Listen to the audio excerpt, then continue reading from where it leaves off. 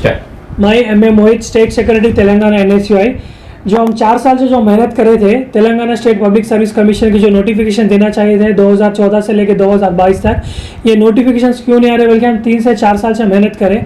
आज उसका नतीजा ये मिला कि सुबह सुबह आज ये 9 मार्च जो है 9 मार्च 2022 सुबह सुबह ठीक 6:30-7 बजे के दरमियान तेलंगाना की पुलिस का जो ऑर्डर्स आया, जो भी ये तेलंगाना के बच्चों के लिए, आवाम के लिए जो मेहनत कर रहे हैं उन लोगों को प्रिवेंटिव कस्टडी लेना बोल के आज हम ख्वाहिश कर रहे हैं कि सुबह में आज 10 बजे जो CM के चंद्रशेखर राव साहब उनको कुछ आज असेंबली में कुछ वादा करने वाले हैं, वो वादा सुनने की ख्वाहिश कर रहे थे हम। बल्कि देखा गया तो सुबह 7 बजे घर से आके प्रिवेंटिव कस्टडी के नाम पे PS घर से उठा के लेके PS को चले गए।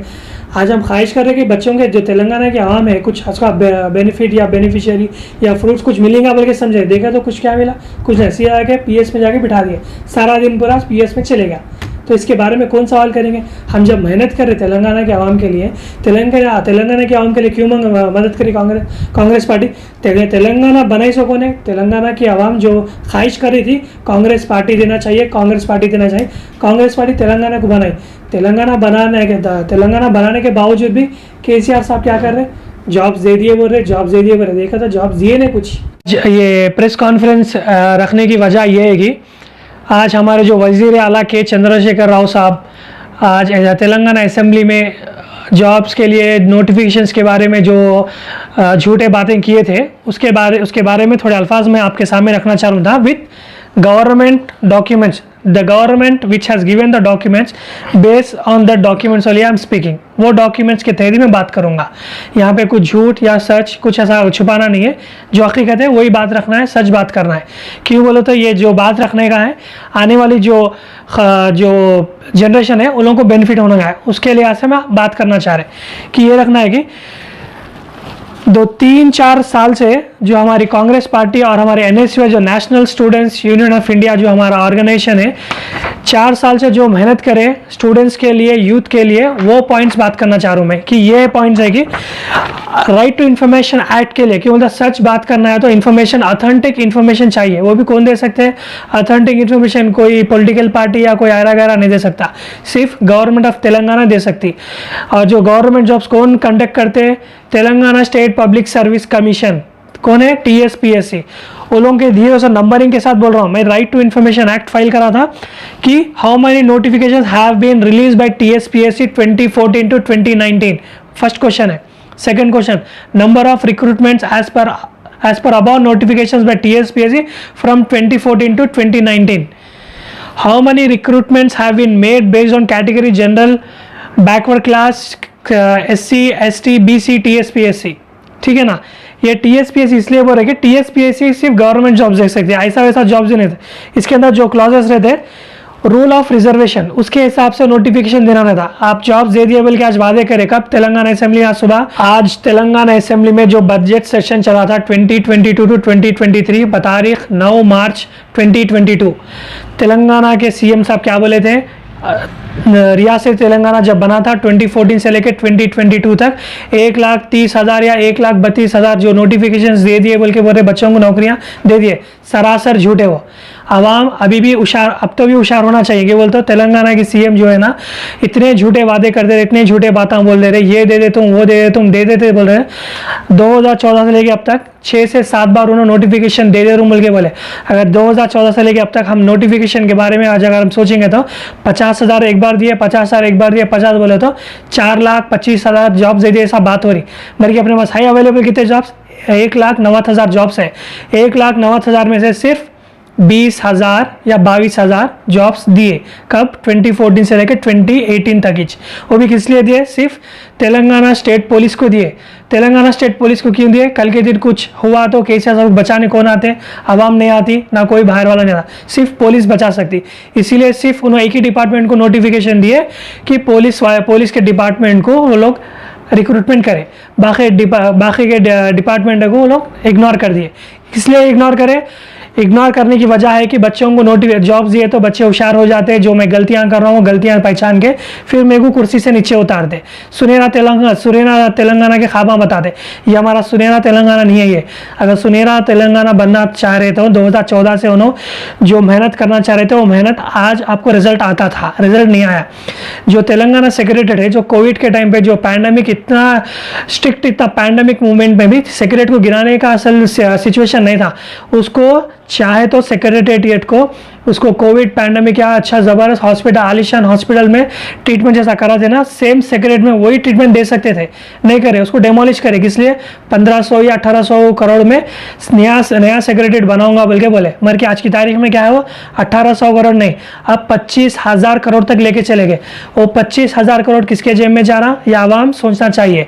1500 करोड़ में उन्होंने सेक्रेटरी बनाते बोले 1500-1800 करोड़ भी नहीं, अब सीधे लेके चले गए 25,000 करोड़ तक लेके चले गए। मेरे पास डॉक्यूमेंट है, बिना डॉक्यूमेंट के बात नहीं कर रहा हूँ, राइट टू इंफॉर्मेशन एक्ट के तहत मैं आरटीआई फाइल करा, वो मेरे पास डॉक्यूमेंट्स है।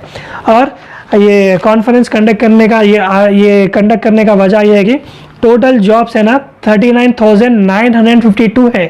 कब 2020 मई को जो मेरे को फाइल है उसके बारे में बात कर रहा हूँ मैं, वो फाइल के वो डॉक्यूमेंट के तहत ही बात कर रहा हूँ।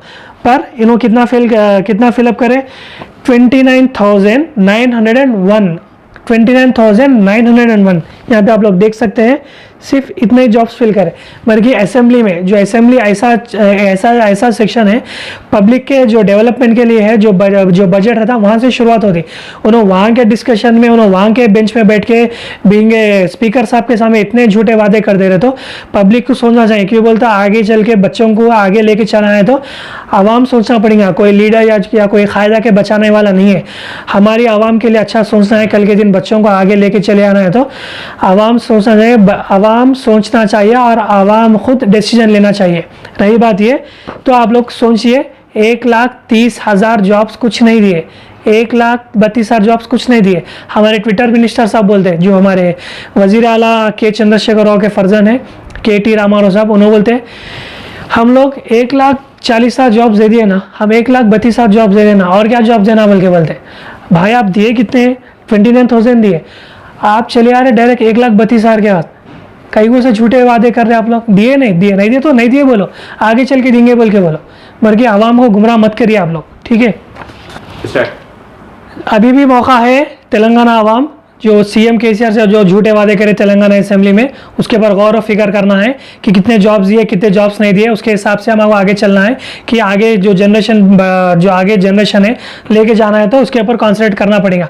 अगर कॉन्संट्रेट नहीं करेंगे, जो वादे देते जा रहे हैं उसको सुनते रहेंगे, तो हम गुमराह में रहेंगे, तो हमारी जो कौम है, हमारी जो जनरेशन है पीछे चले आती। तो इस पर गौर फिक्र करिए।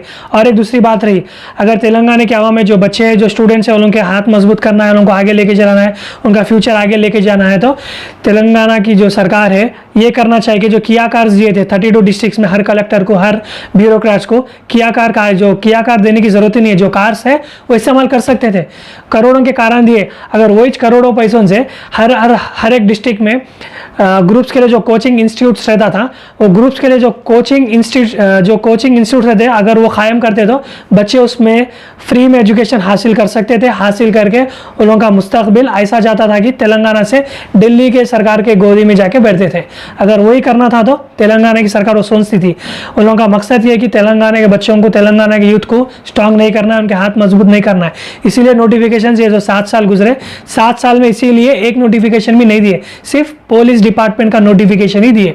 आगे रहा माइनॉरिटी वेलफेयर बोलता है। माइनॉरिटी वेलफेयर के लिए क्या करें आप लोग, बोलिए आप असेंबली सेशन लगाए ना, जो बजट सेशन में 2022-2023 का बजट सेशन था, उसमें आप अक़लियतों के लिए कुछ बजट लगाया, आप कुछ नहीं लगाए। सिर्फ एक शादी मुबारक बोलते, जो कल्याण लक्ष्मी बोलते, जो मैरिज बोलते, सिर्फ वो हर कौम के लिए रखें। चलो अच्छी बात है, उसमें और आप इजाफा करिए और लेके चलिए। बट जो मजबूत है शादी से पहले बच्चों को क्या चाहिए, पढ़ाई चाहिए। जब आप पढ़ाई देंगे तो बच्चे खुद ब खुद उन लोगों की नौकरियाँ हासिल करेंगे, नौकरियों के साथ साथ कारोबार में आगे बढ़ेंगे। आप वही मजबूत नहीं करें, शादी मुबारक बोलते, कल्याण लक्ष्मी बोलते, वेडिंग सेलिब्रेशन बोलते, किसको चाहिए वो सब? हमको पढ़ाई चाहिए, पढ़ाई के साथ साथ जॉब नोटिफिकेशन चाहिए। तीसरा मकसद है माइनॉरिटीज़ के बोलते हैं। माइनॉरिटीज़ में मस्जिद है, कितने मस्जिद शहीद हुए आपको मालूम है? हमारे करीब में, हमारे नेबरहुड में अंबरपेट है, मस्जिद एक खाना बोलते, शहीद कर दिया। अभी तक उसमें कुछ क्या बोलते हैं फाउंडेशन स्टोन नहीं लगाया, कुछ नहीं लगाया, जैसी वीरान पड़ी हुई है मस्जिद। ये हमारे मुसलमानों पे जो कमज़ोर और जो नज़रअंदाज कर दे रहे, गौर फिक्र करना है हमारे आवाम को। और एक रही सेक्रेटेरिएट में जो इबादत गाह है हमारे मस्जिद, 2 मस्जिदें शहीद करे। कब? 2020 में। अभी तक क्या है 2022 है, अभी तक संगे बुनियाद रखते बोले रखने के बाद कुछ कार्रवाई नहीं करे। संगे बुनियाद हर कोई रखते हैं भाई, संगे बुनियाद क्या है, पत्थर लगाते आके रिबन काटते। हमारे वक्फ बोर्ड चेयरमैन साहब है, हमारे जो महमूद अली साहब है, माइनॉरिटी के कायद बोलते आए, चलो अच्छी बात है, हमारे माइनॉरिटी में मिनिस्टर है, हम भी वेलकम करते हैं, अच्छी चीज़ है। आइए संगे बुनियाद के साथ साथ फाउंडेशन क्या है, उसका जो कंस्ट्रक्शन लेवल रहता है ना, ग्रास स्टार्ट करना चाहिए। सेक्रेटेरिएट बन गया बोले, सेक्रेटेरिएट का क्या है बजट 1500 से 1800 करोड़ बोले, आज आप लेके चले गए 25,000 करोड़। किसके जेब में जा रहा पैसा है? कौन से कॉन्ट्रैक्टर के जेब में पैसे बन रहे हैं? आप गौर फिक्र करना है। उसके अंदर क्या अभी इबादत हमारे गैर मुसलमान भाइयाँ भी है, टेम्पल से लोग टेम्पल्स भी शहीद करें आप लोग। और ये बात बोलना चाह रहा था कि भाई हमारे जो PCC चीफ साहब हैं रेवंत रेड्डी जी, जो मेंबर ऑफ पार्लियामेंट है मलकाजीरी पार्लियामेंट्री कॉन्स्टिट्यूंसी से, 2 महीने में 40 लाख डिजिटल मेंबरशिप करे। आज ये नोटिफिकेशन आने की वजह भी वो एक है, 2 महीने में डिजिटल मेंबरशिप करने के बाद हमारे CM KCR साहब के आंख खुल गए। वो देख के और उनको प्रशांत किशोर साहब जो है ना, जो इलेक्शन के जो कैंपेन करने में जो मदद कर रहे हैं उन्होंने बोले कि आपका ग्रास रूट लेवल में अजलाव में डिस्ट्रिक्ट में आपका वोट लेवल जो है ना, वोट बैंक है ना, पूरा गिर गया है। पूरा कांग्रेस और दूसरे पॉलिटिकल पार्टीज में स्प्लिट हो रहे वोट बैंक। तो वहाँ पे उन्होंने होशियार हो गए ये नोटिफिकेशन देने का ड्रामा कर रहे। अब उन्होंने सुबह में आज वादा करे कि नोटिफिकेशन शाम तक आप अप्लाई कर सकते हैं, नोटिफिकेशन आएगा बोल के। आज अब वक्त क्या हो रहा, टाइम क्या हो रहा, देखिए अभी तक एक नोटिफिकेशन है, मैं अभी सिस्टम पे मैं चेक किया, एक नोटिफिकेशन भी नहीं है। नोटिफिकेशन देने से पहले रूल ऑफ रिजर्वेशन रहना चाहिए। रूल ऑफ रिजर्वेशन किधर है? आप रूल ऑफ रिजर्वेशन कहाँ पे है क्या? रोस्टर ऑफ रूल किधर है?